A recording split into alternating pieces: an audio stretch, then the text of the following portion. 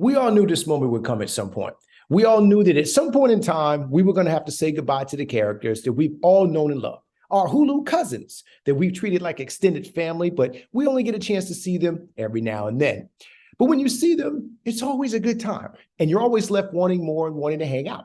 Watching the last broadcast of Atlanta feels like the moment when your favorite cousin goes out of state to college, and you're sad that they're not across town anymore, but happy that they're off to chase those dreams and to live out new experiences. This show concluded exactly the way it started. Beautifully weird. Let's talk about it. My hand, yeah, take my hand. Follow me, follow me, yeah, let's go.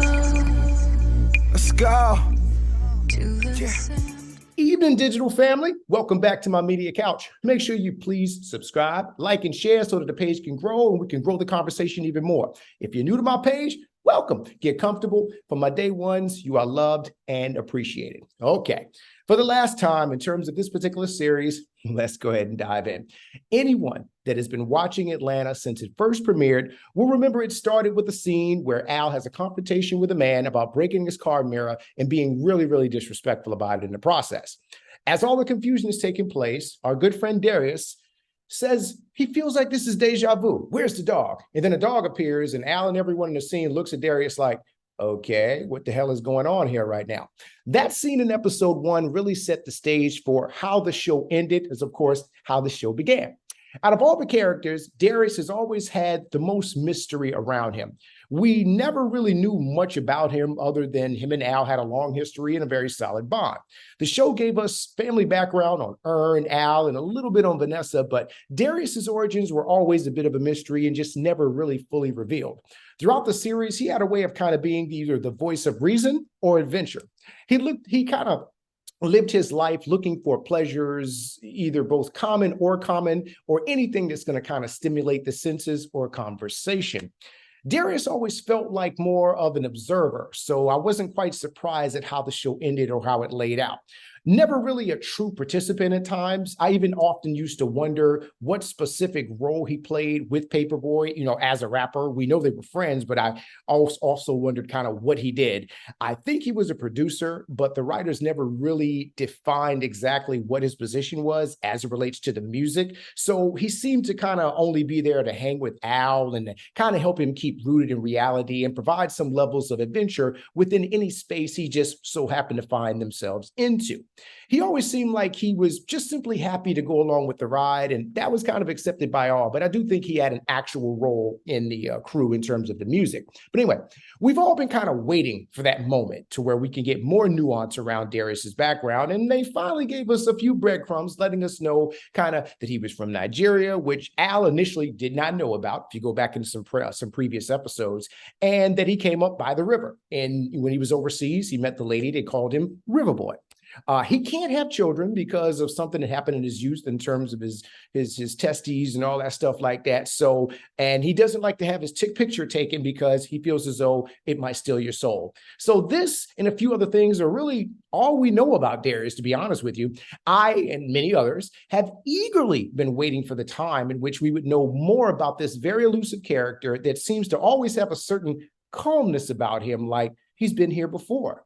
The big reveal we received is that Darius has been going to visit a sensory deprivation tank on a weekly basis.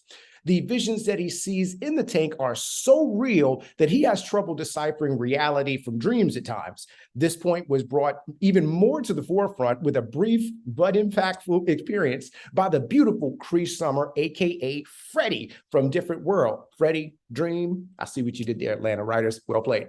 Y'all are just showing off right now. Anyway, so what does this mean? This means that there were moments in the show that were real, and other times where some of the things that happened were just a figment of Darius's visions while being inside the depth tank. So this was a brilliant explanation for all of the surreal, over-the-top experiences that took place throughout the series, from the invisible car, Black Justin Bieber, Drake-themed parties, Teddy Perkins, fraternity rituals, just to name a few. All the funny and weird things that kind of happened and displayed might have possibly been a result of Darius being in the tank. So all these unusual happenings can be explained away as something that might have come from the mind of Darius. The fun part now will be actually going back and going into previous episodes and looking at them from a different perspective and really picking out what's truly taking place and what may have been a part of Darius's fantastic mind. We definitely need an answer to the ending scene in this regard, because it was a bit of, is it true or is it not true type of moment. I found it to be really hilarious that the actor, Darius, or Darius, I should say, that the reality anchor, I should say, that Darius used was a thick Judge Judy. I thought that was absolutely hilarious. Anything about her that was thick made him realize that he was still in the tank, just for those who might not have seen the episode yet. So watching Judge Judy transform into big booty Judy was not something I was really ready for, but it was funny and I was here for it. So we're left with kind of a small cliffhanger if you have seen the episode yet. And as we head towards the final credit of this incredibly brilliant show, we were left wondering, did Darius really steal the car? And, did those sirens that you hear in the background, were those the police coming for him in reality? Or does he see a thick Judge Judy or big booty Judy? And that's the reason why he's starting to smile at the television as it ends. I think, and this is just my opinion, I think he's still in the tank. And here's a few reasons why. He said that he booked a 1-hour session in the depth tank.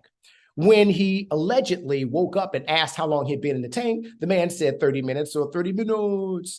Even if he imagined it was the last scene we saw was Darius in the tank. It was a shot of him in the tank. We never saw another scene where he got out of the tank. So even after all of the dreams within the dreams and the last shot of him in the tank being undisturbed, that was the last shot that they showed. So in my opinion, I think he's still in the tank. And I think that they were alluding to the fact that he was still there. So probably for another 30 minutes or so, because he did say he booked a 1-hour session. So this means that he's smiling in that final scene because he does see a thick Judge Judy and he knows that he's fine. This also explains his confidence that he gave to Al as well, saying, don't worry about it, I'm still in the tank.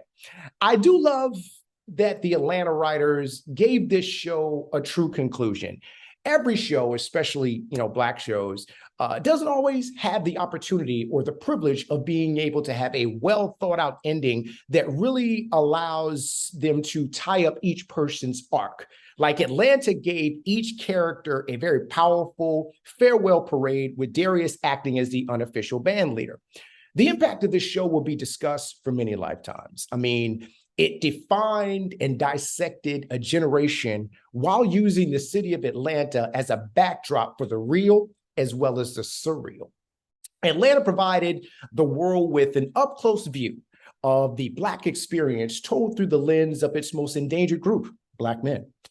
The show had multiples, or I should say the show had a very unique ability to not only tell a story about the crew, but to be able to expand on those themes and other hot topics by having offshoot episodes. So I don't know about anybody else, but I've never seen a show code switch from a traditional storytelling to an anthology right in the middle of the season or at the start of a season. I've never seen anything like that. This is one of many reasons why I truly love this show, and I'll definitely miss it. Atlanta kept us on our toes as we watched it. You got accustomed to kind of the unexpected and weird, and these things, these reality breaking situations are now normalized to me. And it's hard to go back to a show that doesn't duplicate some of these traits in terms of storytelling, or just throws in some of the weird every now and then. I've gotten quite spoiled with Atlanta. I'm kind of used to the unexpected and what might be coming. But this show, in my opinion, is a love letter to Atlanta in every way. Every scene that was shot displayed a different piece of the city's infrastructure, from the glamorous houses to the slums. Everything had a purpose on the peach-themed landscape. Everything had value. Most of the scenarios that took place were saturated with the realities that only people local to Atlanta would truly understand. The show was not only a peephole into the Black male experience, but it also gave us a frame-by-frame documentary on the evolution of one of the most influential cities in the world, Atlanta. Atlanta has been a masterpiece of art, culture, technology, ever since its inception. Now that we see that dreams and reality can be one of the same, keep an eye out for a thick Judge Judy and stay focused. What did you guys think about the finale, man? Was it all a dream? Do you have any thoughts about Darius? Do you think that he actually saw thick Judge Judy, which is why he was smiling? Or was he smiling because this was reality and, it was about to get real crazy in that particular moment? Or is he just smiling because he's Darius and he's just used to being calm and kind of likes to keep that mystery there? I love how they kind of kept it at a little bit of a cliffhanger, but I think if you pay attention there, you can see that it truly was all a dream. Not only by the title, but also when they were leaving the restaurant after Darius told them to get into the pink Maserati, you could hear the song, I think by Marvin Gaye, which was called Something of a Dream or something like that. The name of the title is It Was All a Dream. And I think that he still had another 30 some odd minutes within the tank. So I think that this was all a dream, as he said. I think that they were still in the tank. So he isn't going to jail and everybody's going to live happily ever after. But maybe I'm just an optimist. Anyway, let me know your thoughts. Put it down in the comments. I appreciate you guys hanging out with me as I covered Atlanta episode by episode. I really am going to miss this show. We will find some other shows and other things to cover. More celebrity interviews on the way, more content on the way. Tell a friend to tell a friend. I appreciate everybody. Peace, blessings, and all that good stuff. Y'all take care.